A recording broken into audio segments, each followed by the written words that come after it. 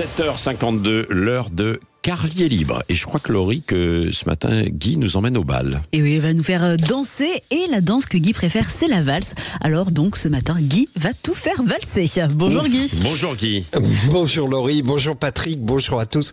Je ne connais pas le nom de cet intervenant qui pérorait hier sur BFM TV, un jeune gars avec une belle tête de vainqueur aux cheveux permanentés qui portait un pull en faux Shetland qui se donnait des airs de Cachemire. Il parlait du drame de Crépol, vous savez, c'est ce bal tragique, comme on disait.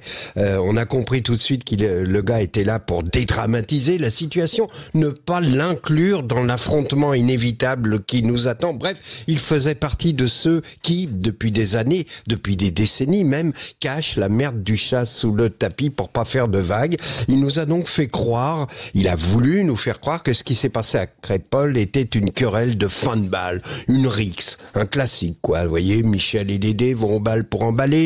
Michel a repéré une jolie blonde aux yeux bleus, au petit nez retroussé, assise à côté d'une copine moche avec des lunettes à double foyer. Il est allé inviter la belle et après l'avoir à peine regardée, elle lui a répondu « Non merci, je ne danse pas ». Elle s'est remise à parler avec sa copine à lunettes.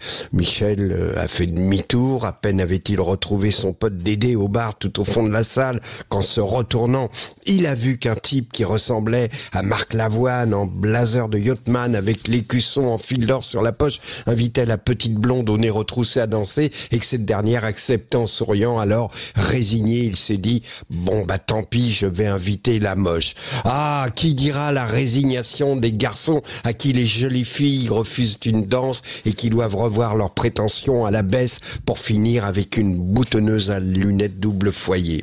Pour peu que la fille lui réponde « Ah mais non, je ne peux pas, je garde le sac à main de ma copine », il se retrouve alors au fond du bal et il picole. Et quand les hommes sont humiliés, ils ont l'alcool mauvais. Voilà pourquoi à la fin du bal, en général, il y a baston. Une baston bon enfant, une baston gauloise qui se termine par une bouffe commune au McDo, un peu comme à la fin d'un album d'Astérix.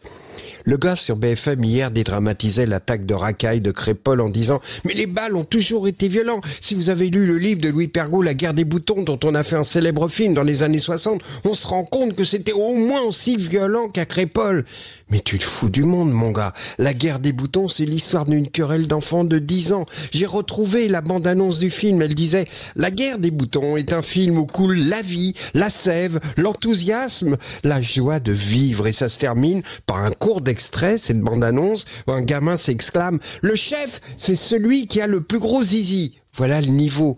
Non, monsieur BFM, Crépol, c'est pas une rixe, c'est pas la guerre des boutons, c'est l'attaque d'une meute barbare nourrie de haine, la haine de ceux qui ne parviennent pas à danser dans la vie avec la beauté, qui ne parviennent même pas à danser avec une vie boutonneuse à grosses lunettes. Je ne me souviens plus du nom du bal perdu, chantait Bourvil. C'est une chanson qui, immanquablement, me fait monter les larmes aux yeux.